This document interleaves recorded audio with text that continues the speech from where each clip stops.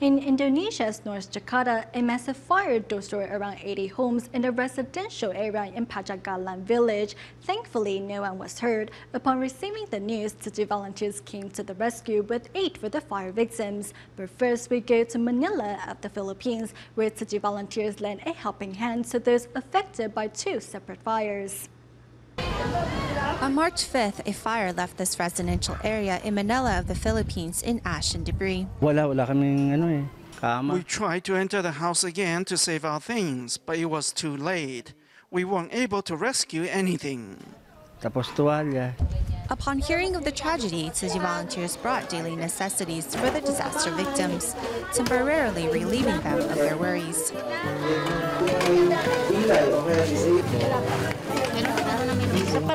City's relief items were really nice because all the things they gave us were important things like cooking pots, slippers, soap, and blankets. Sleeping mats and blankets are very important for us. Thank you, Tuti! Thank you, Tuti!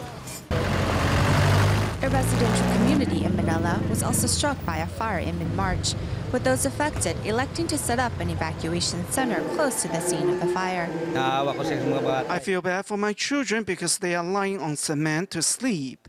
They have already caught a fever and a cough from the cold floor. On top of which, there are also mosquito problems here.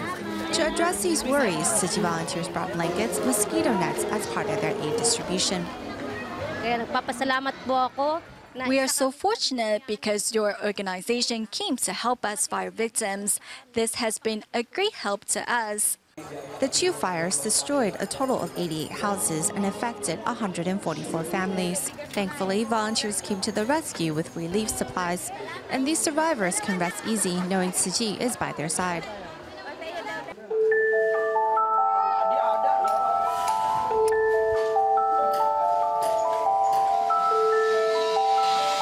At the site of a fire in Jakarta, Indonesia, residents are camped out in the ruins of their home, with only a tarp to shelter them from the elements. The fire most likely started in neighborhood 6 from an electrical short. The fire was massive and it spread out from there. It destroyed about 80 homes in our area. When I heard about the fire, I immediately ran home, but the police had already blocked the streets, so I couldn't get in to rescue anything. I was so scared.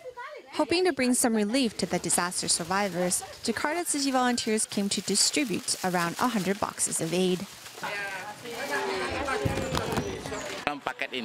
We are distributing aid supplies to the fire survivors. The daily necessities include clothes, a sarong, sandals, and some cleaning supplies. We are very thankful for Tsuji's assistance. The volunteers not only brought supplies, but also their love and care. We're especially glad to have received tarps. This way, when it rains, we won't get wet. These supplies are plenty for us to get by. On behalf of the residents, I want to thank the Tsuji Indonesia chapter for their assistance. Though it's simply daily necessities, but for the residents, that's already a big help.